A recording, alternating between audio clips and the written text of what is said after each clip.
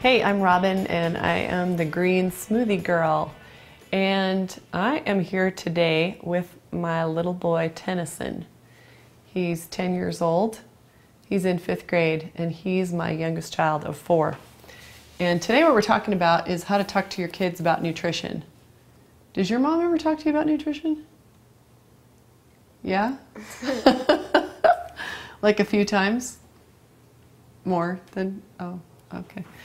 So what I want to talk to you about when it comes to how you deal with your kids with nutrition is, first of all, my tips for you are that you keep it short.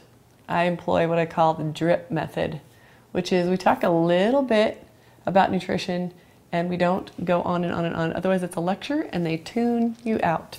So what you do is just a little bit here and there, and it adds up to be a fairly significant body of knowledge, I think, by the time they leave your home. Another tip I want to give you is to make it really relevant to their life. Make it simple and concrete and very relevant. So Tennyson, I got some stuff here. Another thing that you can do is make it visual, which is what we're going to do today, because when you're 10 years old, you think in your frontal lobe. You're not super abstract in the way you think, so you want to make it as concrete as possible. So kid, what's your favorite thing in the whole world?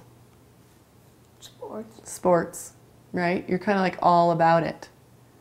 Like you asked me to be on this video today if you could wear your baseball hat, even though I think your hair is really cute. But you know, what am I going to say? No, that's like who you are, right?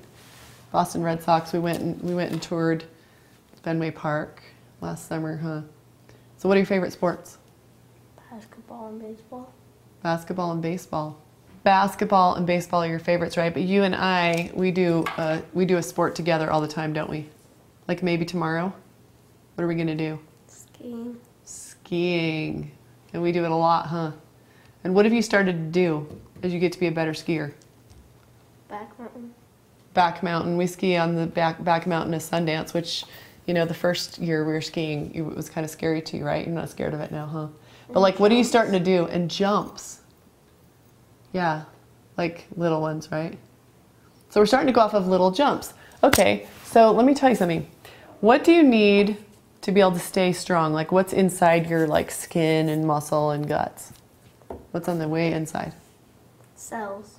Cells, right? But I'm talking about something that's long and hard that supports your whole body. If you didn't have it, you'd be a blob. Skeleton. Right, your skeleton, which is made of? Cells. Yeah, big long things. Bones. Bones. There you go. Good. Okay, so what do you think is needed to make strong bones? Wow, what gave you the idea that green smoothies might be good for your bones? Well, there's a mineral called calcium. And calcium is a big part of making strong bones. And another factor in making strong bones is vitamin D from the sun. Okay, so you need to get calcium, and where do you think you get that? What kinds of foods? Healthy foods. Healthy foods, yeah. The ones all you know is the ones my mom feeds me, right? Green foods are the ones that are richest in calcium that your body needs. Here's what happens. Okay, this is what you want your bone to look like. You see, how would you describe this? Hard. Hard? What else? Solid. Solid. Good. Okay, how about this? What would you call this? This is actually a loofah sponge. Crumbly. Crumbly. Yeah. What else? How does it compare to this? It's big. Okay, so like we're going off jumps at Sundance, and we land our jump. What if we land funny? Okay, or what if you're going up for a layup, because you're a pretty ridiculous basketball player. What if you go up for a layup and you land funny in your jump or your layup? You hurt your ankle? You could hurt your ankle, right? What if your bones are dense, like this, versus what if they're full of holes and not very dense, like this? You would die. Which he would die. You would die. Which one do you think would be better to have? Bones. Yeah, you're exactly right. And the way that you build strong bones is with lots and lots of raw plant food, especially greens. So this is why I make you green smoothie every day. This one's yours. It has more fruit in it. This is mine. It's greener. I add more fruit to yours. Are you glad? Yeah. Okay, so that's the good thing that you can do to build strong bones. Because guess what? You only build bones till you're about 20.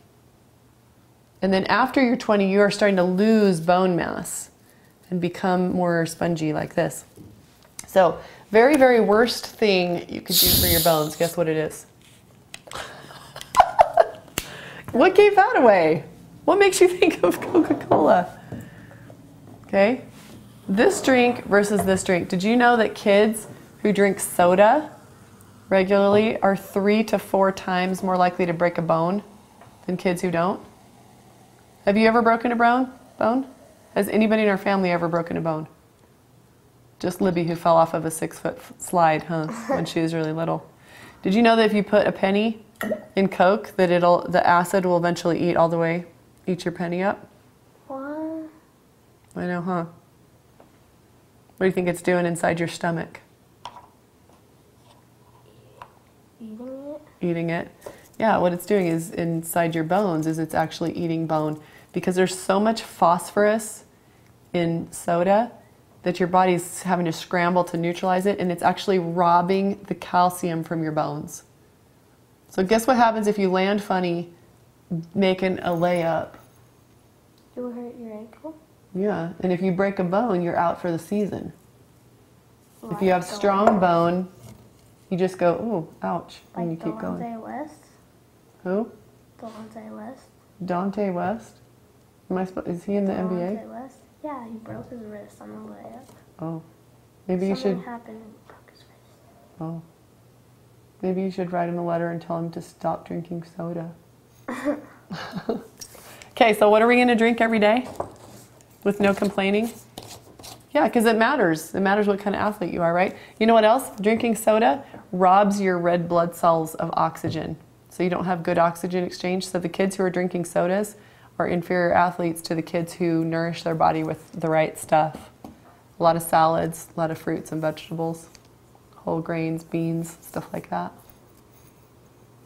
Okay, that is a longer lesson about nutrition than I generally give my kids. Huh? I don't generally give a long lecture like that. Break it up in little pieces and see if you can convey a message like that over time, so that your children leave your home armed with great information about why you do what you do. And with that, I will see you next time.